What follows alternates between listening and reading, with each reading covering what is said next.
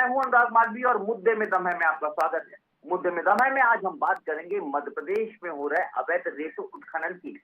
दरअसल ये सवाल दिल्ली से लेकर भोपाल तक गूंज रहा है, सवाल सुप्रीम कोर्ट उठा रहा है, सवाल मध्य प्रदेश के मुख्यमंत्री भी कर रहे हैं कि आखिर ये हो कैसे रहा है, सवाल मध्य प्रदेश के मुख्य सचिव भी अफसरों से कर रहे हैं कि आखिर जिलों में चल क्या रहा है, वास्तव में अवैध रेत उत्खनन चल कैसे रहा है, इस पर होगी बात। हम करते हैं अपने मेहमानों के साथ और कराते हैं आपको अपने मेहमानों से परिचय। हमारे साथ में भारतीय जनता पार्टी के प्रवक्ता अजय धौले जी जुड़े हुए हैं, आपका स्वागत है।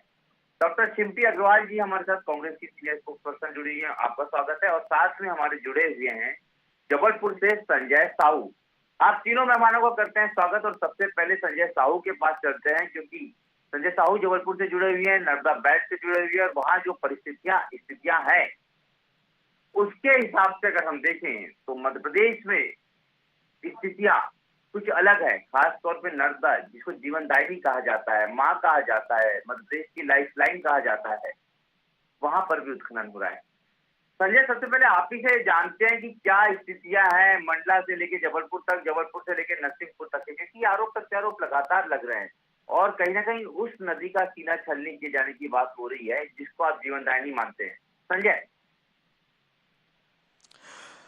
निश्चित ही अनुराग जी, अगर हम बात करें जबलपुर संस्कारधानी नहीं पूरे नर्मदा बेल्ट की, तो पूरे नर्मदा बेल्ट में जो है अवैध उत्खनन लगातार जारी है। और अवैध इसलिए कह रहे हैं क्योंकि अगर हम जबलपुर की बात कर लेते हैं तो जबलपुर में लगभग 42 खदानें जो हैं वो माइनिंग कॉरपोरेशन द्वारा निर्धारित की गई हैं कि जबलपुर के जो नर्मदा घाट है वहाँ पर 42 खदानें हैं।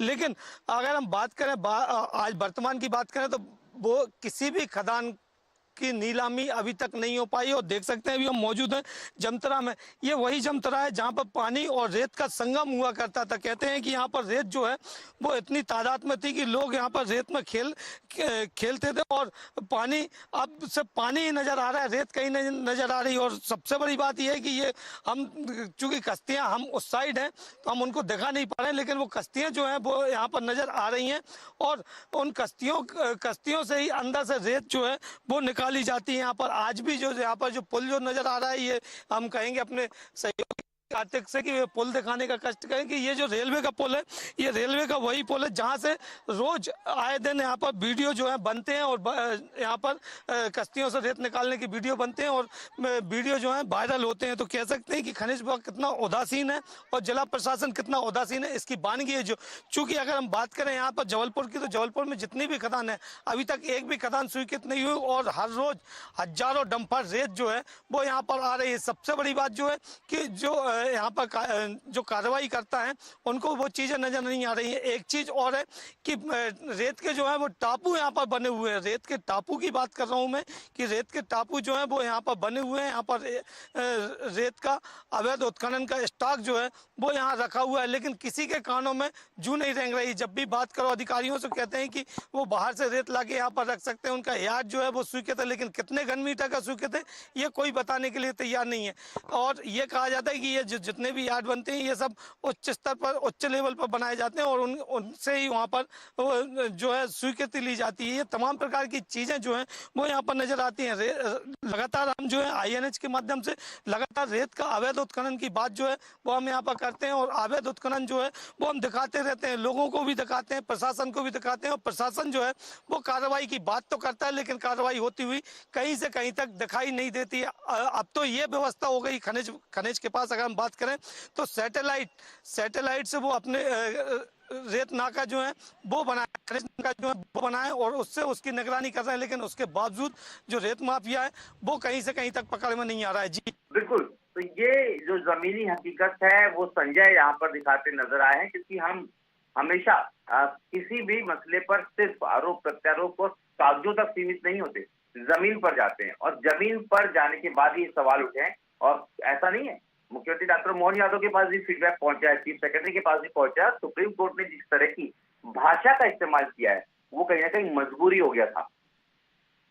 अजय धौले जी के पास चलते हैं। अजय जी, हम ये बिल्कुल स्वीकार करते हैं कि मुख्यमंत्री ने कहीं ना कहीं इनिशिएटिव लिया, पिछले हफ्ते चीफ सेक्रेटरी ने इनिशिएटिव लिया, लेकिन बात ये उठती है कि सरकार भी आपकी है, प्रशासन इस तरह से लापरवाही कैसे कर सकता है? क्योंकि चीफ सेक्रेटरी की भाषा किस तरह की, उन्होंने किस तरह से सवाल उठाया है ये बहुत बड़ी बात है। सुप्रीम कोर्ट ने सवाल उठाया, ये बड़ी बात है। क्या मध्य प्रदेश में किसी ना किसी तरह का सियासी संरक्षण तो नहीं है? क्योंकि अगर मुख्य सचिव नहीं चाहते, मुख्यमंत्री नहीं चाहते, सुप्रीम कोर्ट नहीं चाहता, बावजूद इसके इस तरह की स्थितियां बन रही है। अजय जी। अनुराग जी, निश्चित रूप से बहुत संवेदनशील विषय है। आदरणीय मुख्यमंत्री डॉक्टर मोहन यादव जी और मध्य प्रदेश की समूची सरकार जिस प्रतिबद्धता के साथ में जीरो टॉलरेंस की नीति के साथ में जिस प्रकार से इलीगल एक्सकैवेशन हो रहा है, अवैध उत्खनन की जो प्रक्रिया चल रही है, उसके नेक्सस को तोड़ने के लिए प्रतिबद्धता के साथ में काम कर रही है। जो प्रकरण चंबल वाला विषय ऑनरेबल सामने सब्जुडाइज, ऑनरेबल सुप्रीम कोर्ट के डायरेक्शंस आए थे, चाहे वहां सीसीटीवी कैमरा इंस्टॉल करने की बात रही या वहां के अवैध उत्खनन को रखने की बात की, हमारे आर्म फोर्सेस को पोस्टेड करने की बात रही, सब मध्य प्रदेश की सरकार ने एक निर्धारित टाइम फ्रेम में किया।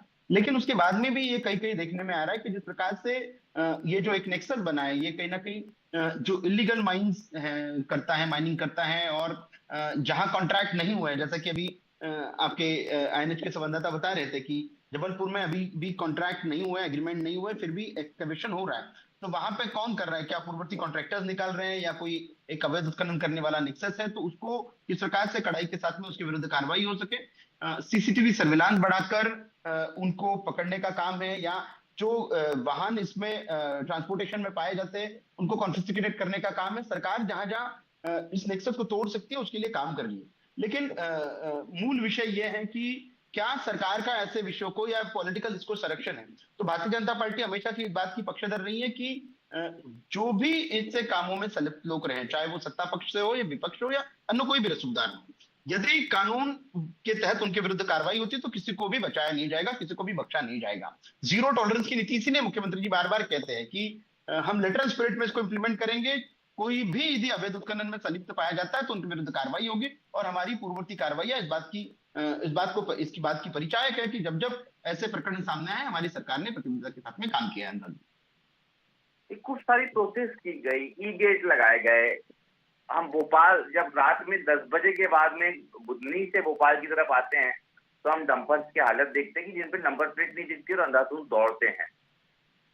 सिर्फ एक विभाग की जिम्मेदारी नहीं मानी जा सकती कि सिर्फ एक खनिज विभाग की जिम्मेदारी है, पुलिस विभाग की भी उतनी जिम्मेदारी है, परिवहन विभाग की भी उतनी जिम्मेदारी है।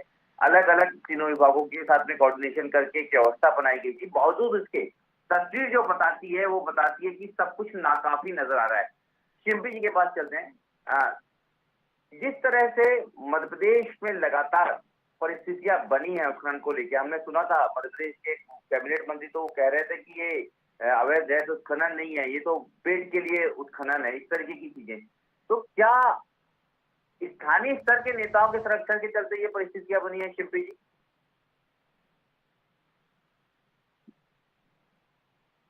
तो ये खुल के कहता है कि बिना स्थानीय नेताओं के, भ्रष्ट अधिकारियों के और माफियाओं के गठजोड़ के कोई भी जो अवैध रेत उत्खनन है वो फलीभूत हो नहीं सकता है। और ये किस्सा और ये जो सिलसिला है ये बहुत पुराना है। 2012 में आईपीएस नरेंद्र कुमार जी की मुरैना में मृत्यु होती है। 2023 के अंदर पटवारी प्रसन्न सिंह बघेल की शहडोल में मृत्यु होती है, और 2026 में वन आरक्षक हरिकेश गुर्जर की मुरैना में मृत्यु होती है। उसके बाद भारतीय जनता पार्टी ये कहती है कि हमारी जीरो टॉलरेंस की नीति है। अगर जीरो टॉलरेंस की नीति है तो कभी एनजीटी को इंटरवीन करना पड़ता है और अब ऑनरेबल सुप्रीम कोर्ट को इंटरवीन करना पड़ता है। और आप ये देखिए कि जो राष्ट्रीय चंबल घड़ियाल सेंचुरी है ये 1978 से एक संरक्षित क्षेत्र है, और वहां पर अवैध उत्खनन के मामले सामने निकल कर आते हैं। मध्य प्रदेश की तरफ से उपस्थित सॉलिसिटर जनरल एसवी राजू कहते हैं कि साहब कोई खनन नहीं हो रहा है, लेकिन जो हलफनामा मध्य प्रदेश सरकार दायर करती है उसके ऊपर सुप्रीम कोर्ट नाराजगी व्यक्त करता है, और वो एक सेंट्रल एम्पावर्ड कमेटी को डायरेक्ट करते हैं कि साहब आप खुद जाके देखिए कि वहां की स्थिति क्या है। और कल जब ये सीईसी मौके पर पहुंचती है तो वो चंबल घाटों के ऊपर अवैध परिवहन, ये जो अवैध खनन के गड्ढे हैं उनको भी पाती है और अवैध भंडारण को भी पाती है। तो बताए भारतीय जनता पार्टी कि ये किसके संरक्षण में चल रहा है? दूसरी बात अनुराग जी, अगर आप स्थानीय और जमीनी स्तर पे देखेंगे तो कोई भी परिवहन जो है वो बिना ट्रांजिट पास के नहीं हो सकता, जो कि लीगल परिवहन होता है। और मीडिया रिपोर्ट्स में जो आए दिन अवैध परिवहन दिखता है वो स्पष्ट कहता है कि जो आपकी टीपी है वो जमीन के ऊपर कारगर नहीं है। दूसरी बात, आप ये देखिए कि अगर भारतीय जनता पार्टी कह रही है कि कहीं पर किसी तरह का कुछ इलीगल नहीं चल रहा, तो विभागीय सचिव मनीष सिंह जी ने अभी हाल ही पत्र लिखा है परिवहन आयुक्त उमेश जोगा जी को, और वो भी नाराजगी स्पष्ट कर रहे हैं कि भिंड के अंदर मुरैना के ऊपर जो आप वाहनों के ऊपर चालानी कार्रवाइयां कर, वो बिल्कुल भी संतोषजनक नहीं है। आप शमन शुल्क लगाकर उन वाहनों को छोड़ रहे हैं, जबकि आपको ऐसे वाहनों को राजसात करना चाहिए जो कि अवैध परिवहन में लिप्त पाए जाते हैं। और दूसरी बात, सुप्रीम कोर्ट ने भी ये जिज्ञासा जाहिर करी है कि जो अनरजिस्टर्ड व्हीकल्स होते हैं अनुराग जी, अगर उससे किसी की भी मृत्यु होती है तो पीड़ित परिवार को कोई मुआवजा नहीं मिलता है। तो वो मध्य प्रदेश सरकार से स्पष्ट पूछ रही है कि अगर ऐसे जो बिना नंबर प्लेट के वाहन जो पूरे मध्य प्रदेश में आए दिन संचालित होते रहते हैं, दौड़ते रहते हैं, अगर उससे किसी की मृत्यु होती है तो कौन जिम्मेदार होगा? इसके अलावा आप ये बताइए कि 2016 के और 2020 के जो एनफोर्समेंट एंड मॉनिटरिंग की गाइडलाइंस है, उसमें ये स्पष्ट लिखा है कि नो डिस्ट्रिक्ट सर्वे देन नो सैंड माइनिंग। और अगर उसके बाद भी जब आप डीएसआर दे देते हैं और फिर भी अवैध उत्खनन हो रहा है, तो ये स्पष्ट करता है कि आपकी डीएसआर के अंदर वैज्ञानिक सर्वे की, निगरानी की कहीं कोई जवाबदेही नहीं है, और निरंतर मध्य प्रदेश के अंदर जो अवैध उत्खनन है वो चल रहा है। और आपको याद होगा अभी कुछ महीने पहले दतिया से भी एक खबर आई थी, जहां सिंध नदी में एक नेवी ऑफिसर की डूब के मृत्यु हो जाती है, क्योंकि वहां पे अवैध उत्खनन चलता रहता है। और कई बार स्थानीय स्तर पर लोगों ने शिकायतें करी है, कई बच्चों की भी वहां पर मृत्यु हो चुकी है। तो अनुराग जैन साहब जो अब ये नींद से जागकर पूछ रहे हैं कि कैसे माफिया जो है सरकारी अमले के ऊपर ट्रैक्टर चढ़ा देते हैं, तो साहब ये प्रश्न करने की जिम्मेदारी भर आपकी है, या जो वन आमला जमीन के ऊपर काम कर रहा है उनको संरक्षित रखने की भी जिम्मेदारी सरकार की है? और अनुराग जी, और सबसे बड़ी बात यह है, मैं आपको दिखा दूं कि मैं कुछ ऐसी तस्वीरें भी साथ में दिखा रहा हूँ, कुछ गाड़ियां दिखा रहा हूँ, मैं इजेड की स्थितियां दिखा रहा हूँ, जो हमारे पास स्टिल इमेजेस हैं, कुछ वीडियोस हैं जो पिछले एक हफ्ते में हम लोगों ने इकट्ठा किए हैं। और यही कारण है कि सवाल और बड़ा हो जाता है कि जिस हफ्ते इतने सारे घटनाक्रम हुए, बावजूद इसके व्यवस्था में कोई बदलाव नहीं है। कल देर रात बुधनी से भोपाल के बीच में ऐसे कई सारे डंपर दौड़ते नजर आए जिनके पीछे नंबर प्लेट्स नहीं थी। संजय वास्तव हमारे साथ में, संजय को हम इसीलिए बार बार जोड़ रहे हैं क्योंकि मध्य प्रदेश की आत्मा है नंदा, और जिस तरह से छलनी हो रही है संजय, इतनी सारी व्यवस्थाएं हुई, ई गेट की व्यवस्थाएं हुई, उसके बाद में एक कोऑर्डिनेशन कमेटी बनी, इन सबका कोई असर दिख रहा है? या फिर आप जैसा कह रहे हैं कि जहां पर कॉन्ट्रैक्ट ही नहीं हुआ वहां पे उत्खनन हो रहा है, किसी को नजर नहीं आ रहा? मतलब ये तो आश्चर्य की बात हो गई कि जहां पर परमिशन ही नहीं है वहां हो रहा है, वहां के बारे में भी कोई संज्ञान नहीं है प्रशासन के पास। संजय निश्चित अनुराग जो है वो प्रशासन का मानेंगे हम, क्योंकि प्रशासन के पास हमेशा जो है गाइडलाइन आती रहती है, और गाइडलाइन के अनुसार ही प्रशासन को पूरा कार्य करना होता है, चाहे वो पुलिस विभाग हो, खनिज विभाग हो या फिर परिवहन विभाग हो। जिस प्रकार से ये तीनों विभाग मिलकर काम करेंगे तो निश्चित ही कि ये जो अवैध परिवहन हो या अवैध उत्खनन हो, ये तमाम चीजें जो है वो बंद हो सकती है। लेकिन ये कि ये जो कहानी जो बनती है वो वही जाके कहती है कि हम भ्रष्टाचार में लिप्त हैं और हम भ्रष्टाचार करेंगे। अब आपको क्या करना है? सबसे बड़ी बात यह है कि जितने भी ये अवैध माफिया के लोग हैं, जो अवैध रेत उत्खनन कर रहे हैं, जो माफिया रेत माफिया है, ये पूरा का पूरा रेत माफिया जो है वो कहीं ना कहीं उन जनप्रतिनिधियों से जुड़ा हुआ है, उन सरकार के कुछ नुमाइंदे हैं उनसे जुड़ा हुआ है, जिनके रसूख पर पूरा सिस्टम चलता है। और यही कारण है कि आज तक ये लोग कुछ नहीं कर पाते हैं। और हम नंदा की कहानी इसलिए कह रहे हैं क्योंकि नंदा हमारी माँ है, जिसको हम माँ मानते हैं, हमारी जीवनदायिनी, मध्य प्रदेश की नहीं बल्कि गुजरात और अन्य जगह की वो जीवनदायिनी। और ऐसे में अगर नंदा का सीना चलनी किया जाता तो कहीं ना कहीं दुख जो है प्रत्येक आम आदमी को होता है, जो यहाँ पर आते हैं उनकी पूजा करते हैं। ये भ्रष्टाचार के साथ साथ आस्था का खिलवाड़ भी नजर आने लगता है। अजय जी, आप खुद मानते हैं बेहद संवेदनशील विषय है, लेकिन मैं फिर कह रहा हूं, मैं ये नहीं कह रहा कि सिर्फ भारतीय जनता पार्टी, मुझे लगता है कि जितने पॉलिटिकल पावर्स हैं लोकल लेवल पे सब जुड़े हुए हैं, लेकिन कार्रवाई करने की जिम्मेदारी तो आपकी है। अभी तक की आप ये बताइए, इतने बड़े घटनाक्रम में जो ग्वालियर चंबल में हुआ, सब कुछ हुआ, बैठकों और थोड़ा बहुत अगर हम बात करें इसमें, तो ये हुआ कि थोड़ी सी जो है हमने देखा कि मुख्यमंत्री की और चीफ सेक्रेटरी की भाषा जरूर तेज नजर आई, तीव्र नजर आई, कड़वी नजर आई, लेकिन एक्शन कहां पर हुआ? लेक ऑफ एक्शन आपको महसूस नहीं होता? अगर एक्शन हो जाते तो शायद आगे के लिए कहीं ना कहीं ये तमाम चीजें रुक जाती। अजय जी। अनुराग जी, मुझे लगता है यदि आप रिकॉर्ड उठाकर देख लेंगे, जितने पेनाल्टीज इंपोज करने का काम हमारी सरकार ने किया, अभी भी मैं कुछ प्रकरणों को देख रहा था। कमलनाथ जी की सरकार ने, जब 2018 में कमलनाथ जी की सरकार आती है, शुरुआती टेन्योर में पंचायतों को रेत के चलाने के लिए सैंड माइंस दिए। उन सैंड माइंस के बाद में इतना इलीगल एक्सकैवेशन हुआ था कि उसके प्रकरण अभी भी चल रहे हैं। कलेक्टर के कोर्ट से आदेश हुए, कमिश्नर के पास में पेंडिंग है। बहुत सारे मैटर ऑनरेबल हाईकोर्ट में भी आए जिनके ऊपर पेनल्टीज लगी है।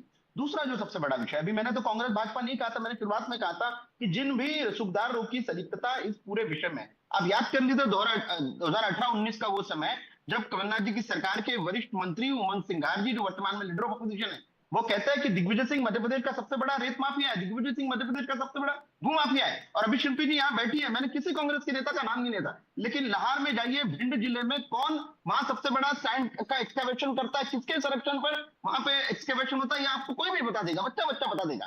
तो ये जो पूरा का पूरा नेक्सस है, किसी का भी पॉलिटिकल उसको समर्थन रहे, किसी के भी आश्रय पे यदि ये काम हो रहा है, मुख्यमंत्री जी ने स्पष्टता के साथ में निर्देश दिए। अब दूसरा विषय जो अजय जी, आपके तो मंत्री खुद में हम कह रहे हैं कि जो रेत माफिया का समर्थन कर रहे हैं, बोलते हैं रेत माफिया नहीं है, रेत माफिया है, तो ये भाषा भी तो उपयोग होती है। अजय जी, मुख्यमंत्री जी की भाषा, मुख्यमंत्री जी का जो आदेश है, मुख्यमंत्री जी के जो स्पष्टता के साथ में उन्होंने कहा है, वो सब पे ऊपर कार्रवाई होगी। जो उन्होंने विषय कहा था कि बिना डीएसआर के या बिना डीएसआर के इसी कैसे अलॉट हो जाएगी। देखिए, पूरा का पूरा एस्टिमेटेड प्रोसेस होता है, डिस्ट्रिक्ट सर्वे रिपोर्ट होता है, year on year replenishment study होती है, कितना सैंड का डिपॉजिट हो रहा है, सैंड के डिपॉजिट के बाद में इसी अलॉट की जाती है। मैं अजय जी आपको एक और बड़ा अपडेट देता हूँ। अभी तो एक बड़ी कंप्लेंट पीएमओ तक के पहुंच गई है, जिसमें बात हुई है साइट सर्वे की। यानी साइट सर्वे जिन माइनों का जिस तरह का पूरा की पूरा मापदंड तय किया था, उससे 10 गुना एरिया वो जो है वो कर रहे हैं, जहां पर परमिशन है। जहां परमिशन नहीं है भी हमने दिखा दी। सिंपी जी एक और बड़ा आंकड़ों के लिए अजय जी आता हूँ वापस आपके पास। नहीं, एक मिनट अनुराग जी, इसीलिए ऑनरेबल सुप्रीम कोर्ट सबके सामने प्रकरण सब जुडाइजेस, सुप्रीम कोर्ट ने एक हाई पावर्ड कमेटी इंपावर्ड कर दिया। निश्चित रूप से उस कमेटी के भी अपने ऑब्जर्वेशन आएंगे, लेकिन ये विषय मुझे लगता है कांग्रेस भाजपा या राजनीति करने की जगह ये विषय ऐसा था कि जो भी संलिप्त है उनके विरुद्ध कार्रवाई हो, ये कांग्रेस की मांग रहती। अब इन्होंने भारतीय जनता पार्टी की सरकार ने क्या क्या किया, मैं आपके सामने बता रहा हूं कि कमलनाथ जी की सरकार ने एक ऐसी लचर सैंड पॉलिसी लाई थी जिसकी वजह से 2019 हम सब जानते हैं कि सारे कॉन्ट्रैक्टर्स ने किस प्रकार से एक कार्टेल बनाकर टेंडर दिए थे और किस प्रकार से एक्सकैवेशन की स्थिति हुई थी। लेकिन मध्य प्रदेश की सरकार जब आदरणीय तो वो प्रोसेस रोकी गई ना, वो प्रोसेस जब कमलनाथ जी ने शुरू की तो उसको बाद में आप लोगों ने रोका या नहीं रोका? अजय जी, मैं ये कह रहा हूँ कि आपको एक लंबा समय मिल गया है और इतने सारे कमेंट पहले कभी नहीं आए। सिंपी जी 25% अगर हम देखें टोटल रेवेन्यू मॉडल का जो रॉयल्टीज से आना था, उससे 25% की कमी आ गई। रेट बढ़े लेकिन कमी आ गई, ये भी तो हुआ सिंपी जी। देखिए अनुराग जी, अगर अवैध परिवहन हो रहा है तो सीधी सीधी रॉयल्टी की जो वसूली है वो तो कम होगी ही, और इसी की वजह से जो 25% कमी आई है वो ये स्पष्ट करती है कि मध्य प्रदेश के अंदर बिना टीपी के भी जो परिवहन है वो संचालित हो रहा है और सरकार जो राजस्व वसूली है वो इससे नहीं कर पा रही है। और अनुराग जी, जो धवले साहब ने एलिगेशंस रेज किए कांग्रेस के नेताओं के ऊपर, तो हम स्पष्ट कहते हैं कि जो भी व्यक्ति गलत कर रहा है, सरकार आपकी है, आप कार्रवाई करिए। दूसरी बात इन्होंने कही कि ये कांग्रेस बीजेपी का मुद्दा नहीं है, तो जब कमलनाथ सरकार आई थी तो हम माननीय शिवराज सिंह जी को हूबहू कोट कर रहे हैं। उस समय उन्होंने कहा था कि चारों तरफ लूट मची है, नदियां खोद रहे हैं, पहाड़ खोद रहे हैं और ऊपर से लेकर नीचे तक सारे के सारे बंधे हुए हैं। ये उन्होंने कमलनाथ सरकार पर आरोप लगाया था। तो आज ये बताइए धवले साहब कि आज ऊपर से लेकर नीचे तक किन किन का हिस्सा बंधा हुआ है, स्पष्ट करिए, क्योंकि ये प्रश्न आप ही के शिवराज सिंह जी ने कमलनाथ सरकार में किया था। दूसरी बात अनुराग जी, जो दूसरी बात जो फॉरेस्ट एम्प्लॉय एसोसिएशन है, उन्होंने भी ये एप्लीकेशन रेज करी सुप्रीम कोर्ट के अंदर कि जो फॉरेस्ट गार्ड है, फॉरेस्ट रेंजर्स हैं और जो फ्रंटलाइन कर्मचारी हैं, उनकी जो सुरक्षा है वो कटघरे में है और साथ ही जो वन विभागीय अमला है उसकी कमी है। और आप देखिए कि माफिया का एक मामूली ट्रैक्टर जो होता है वो वन विभाग के अमले के ऊपर हावी हो जाता है और ये एक प्रशासनिक फेल्योर है कि 2023 में आप शहडोल के अंदर एक पटवारी को भेजते हैं अवैध उत्खनन को रोकने के लिए।